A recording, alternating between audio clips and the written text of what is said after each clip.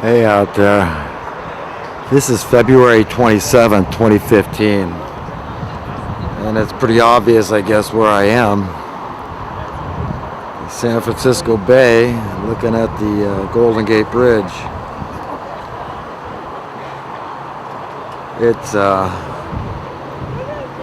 about 12:37 in the afternoon, West Coast time. And it's an absolutely beautiful day. Nevertheless, look, there's a chemtrail. They're trying, but it's too windy. And I think their chemtrails are getting blown away, so that's a good thing, right? A view of the city here. Holy cow.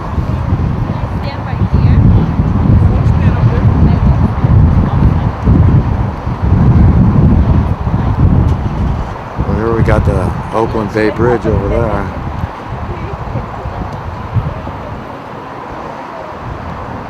And there's the infamous Alcatraz Island, the Rock. Oh, same shit. Great view of the bay.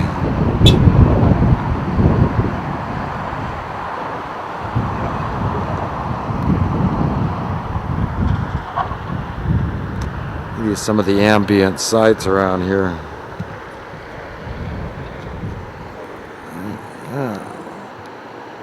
And some California poppies and some broom.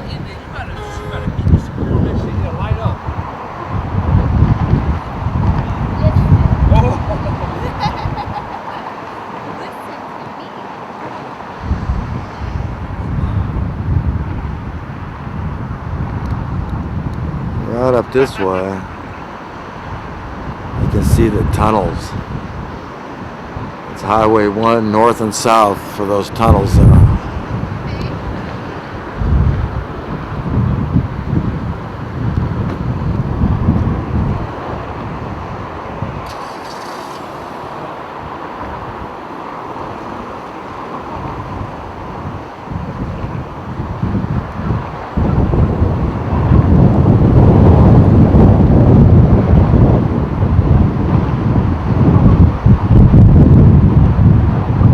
Didn't expect such a beautiful day. It was actually supposed to be raining.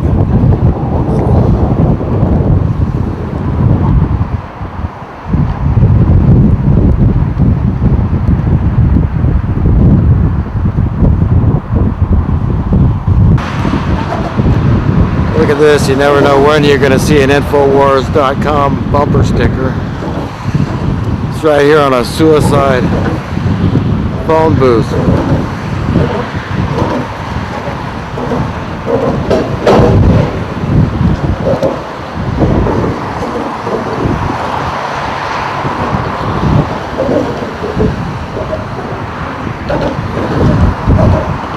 I'm going to try to make my way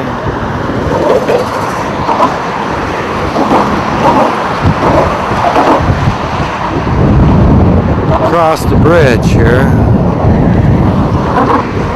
See what I can see, huh? Share the sights with you.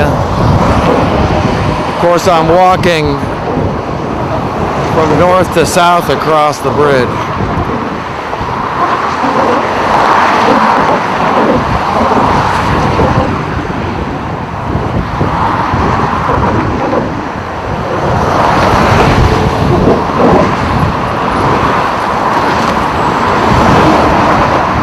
Couldn't be a better day, you know.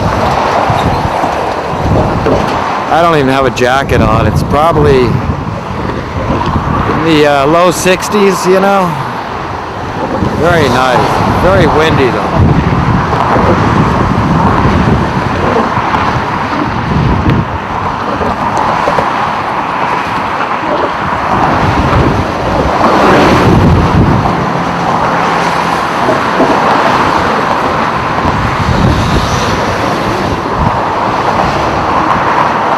Right down here at the north end of the bridge, down here, there's a little harbor.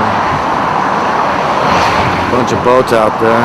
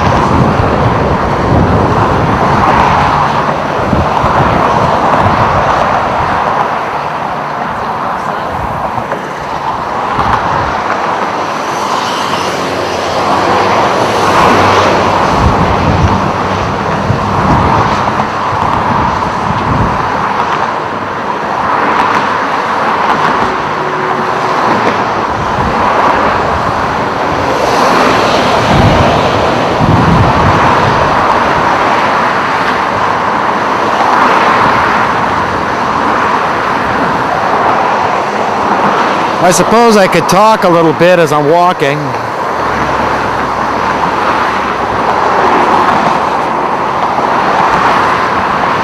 As usual, what's on my mind is what a mess the elitist scumbags, I say scumbags because by their fruits you will know them, and they're scumbags by their behavior.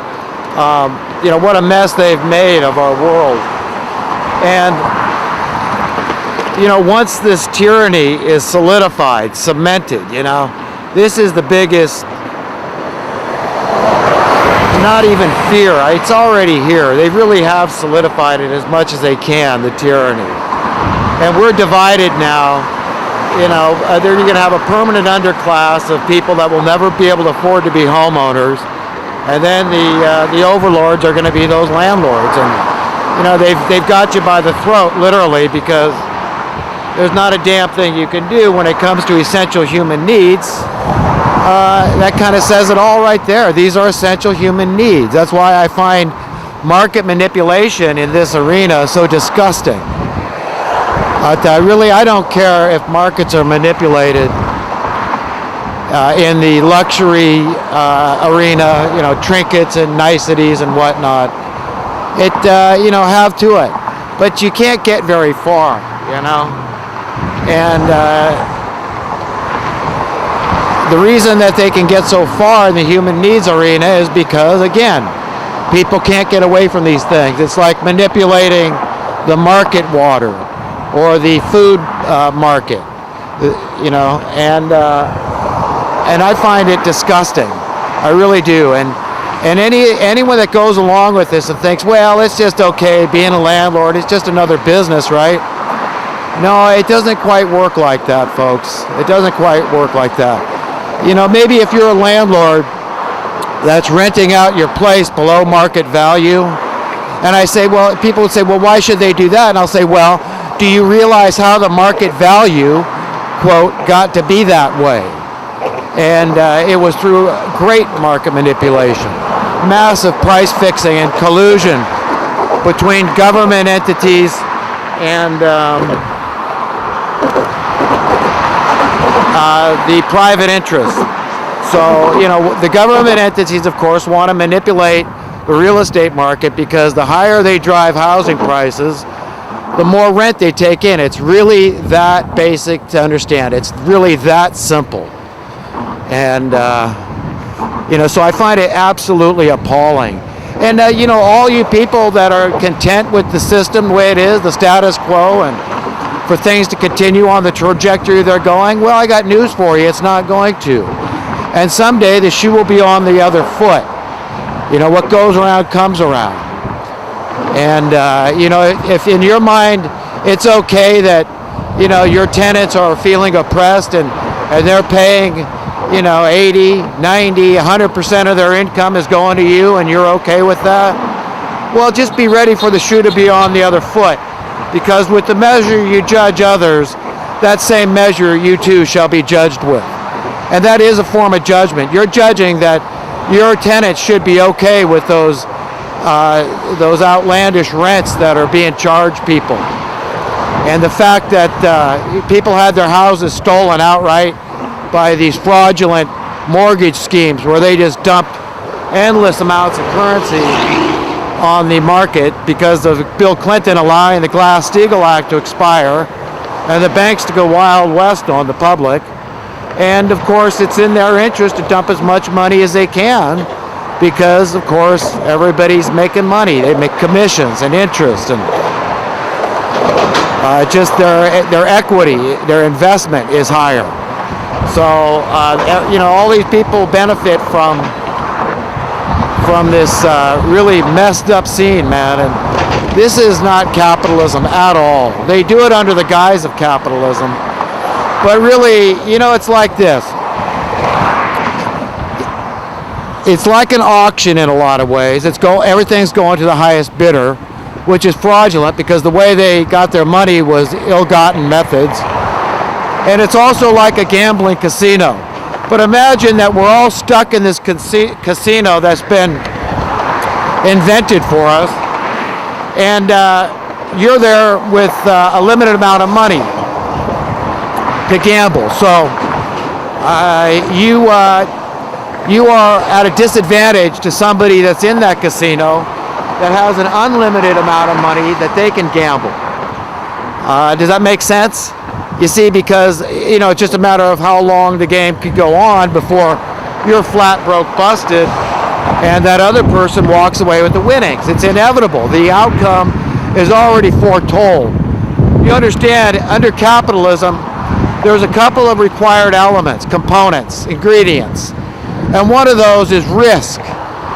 That, back in 2008, what was so outrageous about bailing out these banksters, it's really the money printers and then all the minions beneath them that, stuck their necks out. They overextended themselves. And under the law of capitalism, if capitalism had really been at work, these people would have lost their behinds. They would have lost everything, okay?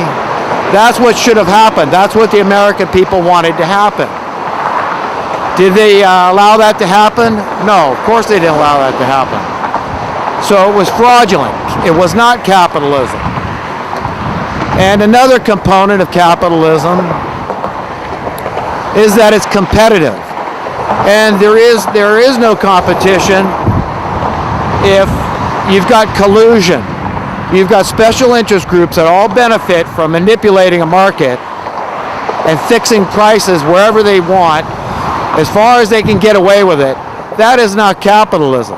Capitalism is competing in a free market, in a supply and demand-based economy. And I always like to point to the example of the VCR, because back in the early 80s, everybody had to rent a VCR. Nobody could afford to own one because they cost about $600. And the equivalent in today's currency is probably well over $3,000. The equivalent buying power of $600.